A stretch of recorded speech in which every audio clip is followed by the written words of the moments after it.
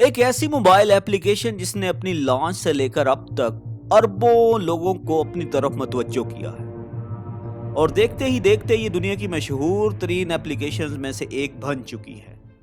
لیکن اس مشہور ایپلیکیشن کی کہانی ایک کتے کی تصویر سے سٹارٹ ہوئی تھی۔ جی ہاں، آپ نے بالکل صحیح سنا، ایک کتے کی تصویر سے۔ وہ آوارہ کتا جو میکسیکو میں ایک پان شاپ کے پاس بیٹھا تھا، کیون نے اچانک سے اس کتے کی تصویر اتاری اور اس کو انسٹاگرام پہ شیئر کر دیا۔ جی ہاں، یہ وہی کیون ہے جس نے انسٹاگرام کی ایپلیکیشن بنائی اور بعد میں انسٹاگرام کا کو فاؤنڈر بنا۔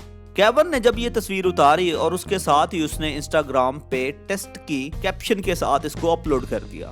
یہ تصویر کیون نے 6 اکتوبر 2010 کو لگائی تھی اور تب ابھی انسٹاگرام پبلکلی انٹرنیٹ پہ موجود بھی نہیں تھا۔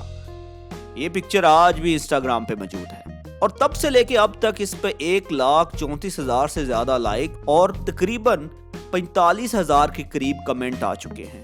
ڈیلی گراف کو انٹرویو دیتے ہوئے کیون نے کہا کہ اگر اس کو پتا ہوتا کہ یہ ایپلیکیشن اتنی مقبول ہو جانی ہے تو وہ اس سے بہتر تصویر لے کر اپلوڈ کرتا۔ انسٹاگرام کا فاؤنڈر کیون اور مائک دونوں ہی ٹیکنالوجی کے شدائی تھے اور انہوں نے انسٹاگرام کو صرف تصویریں شیئر کرنے والی ایپلیکیشن کے طور پر لانچ کیا تھا اور صرف اپنی لانچ کے 2 مہینوں میں ہی انسٹاگرام کے 10 لاکھ سے زیادہ یوزر ہو گئے تھے۔